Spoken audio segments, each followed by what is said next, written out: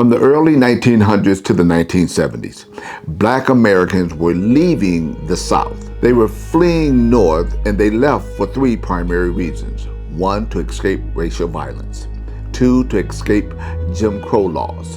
And three, in search for better opportunities provided by the industrial industry. It was during World War I, and America was facing an employment shortage. They flocked to cities like Detroit, Chicago, and New York, and it's important to remember those names because even to this day, we hear those names spoken about in negative lights. But today in this video, we're going to discuss the root cause of it all. You see, during this period, America also faced a housing shortage. And to address the problem, the Federal Housing Administration decided to explicitly increase housing availability, all while at the same time segregating neighborhoods by race. This was done all under the New Deal, a state-sponsored system of segregation. The program was designed to provide housing for middle-class and lower-class white families. Black Americans and people of color were left out of the new suburban neighborhoods and communities. They were systematically pushed into the urban housing projects, and that's how America got its ghettos. White flight played its part in developing ghettos as well. White flight is a sudden or gradual departure from neighborhoods by white Americans that were becoming increasingly more racial or culturally diverse. Unfortunately, when white Americans left, so did jobs, tax dollars, and the systems that supported those areas to function efficiently.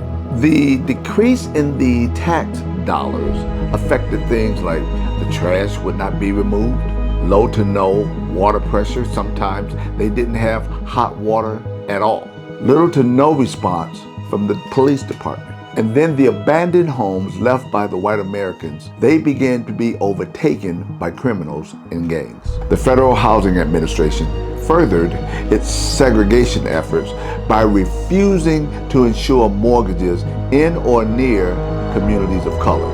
This policy is known as redlining. I can recall in the early 1960s, my father wanted to move us out of the inner city, but he understood we could not go into the suburban communities. However, he found a house that he liked right on the outskirts of the inner city, but not quite in the suburban areas. When he addressed the man about the house, the man showed my father a document, and the document read, "I cannot sell, lease, nor rent this property to anyone other than the Caucasian race," all while deliberately denying qualified Black Americans housing opportunities. The Federal Housing Administration was subsidizing builders who were mass-producing subdivisions for white Americans. But the subsidy came with one stipulation, and that is that they did not sell any of those houses to Black Americans. Some continue to tell us, stop making everything about race. But I encourage you to call out everything that you see that appears to be about race. Some want to tell us things are not like that anymore. I know that was happening back then, but that's not happening now. I'm going to give you two current events that show you that that's not the case. In 2023, the Veterans Affairs Press Secretary, Mr. Terrence Hayes, announced that some Black veterans were being denied, even though they were qualified. They were being unjustifiably denied their benefits in comparison to white veterans. However, he did state that the VA was working diligently to try to rectify that disparity. And also in 2023, the Navy Federal Credit Union was found guilty of approving over 75% of home-owned applications by white Americans, while at the same time denying over 50% of the applications submitted by Black Americans, some of those qualified Black veterans. At the United States Supreme Court building, you'll see a statue of Lady Justice wearing a blindfold. In my humble opinion, she might be wearing a blindfold, but she can clearly see exactly what she's doing. The books that I would recommend for your Black History library are two this time. One, The Negro Ghetto by Robert Weaver, and once again, The Color of Law by Richard Ralston. Before we wrap up today, I want to make sure you don't miss this opportunity.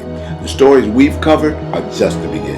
At unlockingblackhistory.com, you can dive deeper with our free community, exclusive content, and a workbook designed to help you reflect and grow. Don't forget to hit subscribe and turn on the notifications so you don't miss the next chapter. I'll see you at the next video.